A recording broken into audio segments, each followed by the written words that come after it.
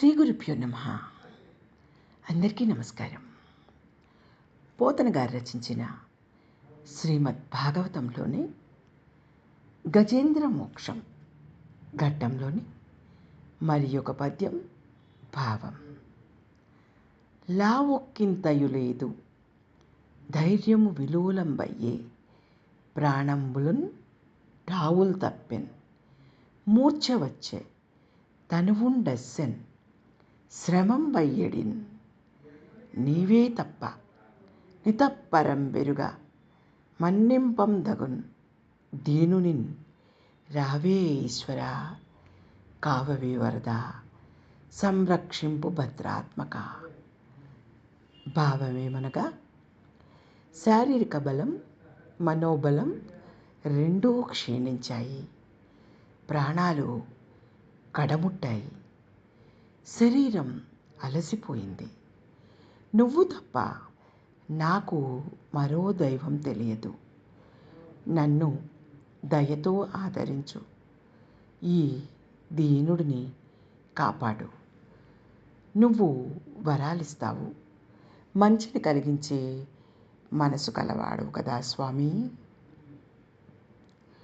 లావు ఒక్కింతయున్ లేదు అంటే ఏమాత్రం బలం లేదు.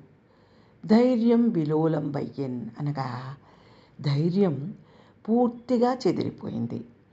ప్రాణంబులున్ టావుల్ తప్పెన్ అనగా పంచప్రాణాలు తమ తమ స్థానాలను కోల్పోయాయి. మూర్ఛ వచ్చెన్ అనగా స్పృహ కోల్పోయే స్థితి వచ్చింది.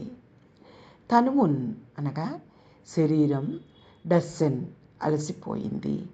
శ్రమంబు అయ్యడన్ అనగా కష్టం కూడా కలిగింది.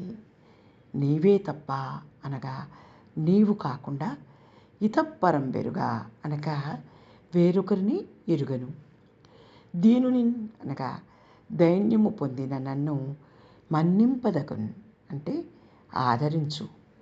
ఈశ్వర అనగా ప్రపంచాన్ని పాలించేవాడా, రావే అంటే రమ్ము. వరద అనగా దానం చేసేవాడా అనగా వరాలిచ్చేవాడా. కావవే అనగా కాపాడు. భద్రాత్మక అనగా మంచిని కలిగించి మనసు కల ఓ స్వామి సంరక్షించు అనగా నన్ను రక్షించు. పోతన గారు రచించిన మహాభాగవతంలోని గజేంద్ర మోక్షం ఘట్టంలోని ఈ పద్యం గజరాజు బాధను వివరిస్తుంది. మొసలి కాలు పట్టుకుని లాగుతుంటే ఏనుగు దాని నోటి నుండి విడిపించుకోవటానికి ప్రయత్నం చేస్తుంది. చివరికి దానిలోని శక్తి సన్నగిల్లుతుంది. తనను రక్షించమని విష్ణుమూర్తిని ప్రార్థిస్తుంది. ఆ సందర్భంలోనిది ఈ పద్యం మరి ఒకసారి.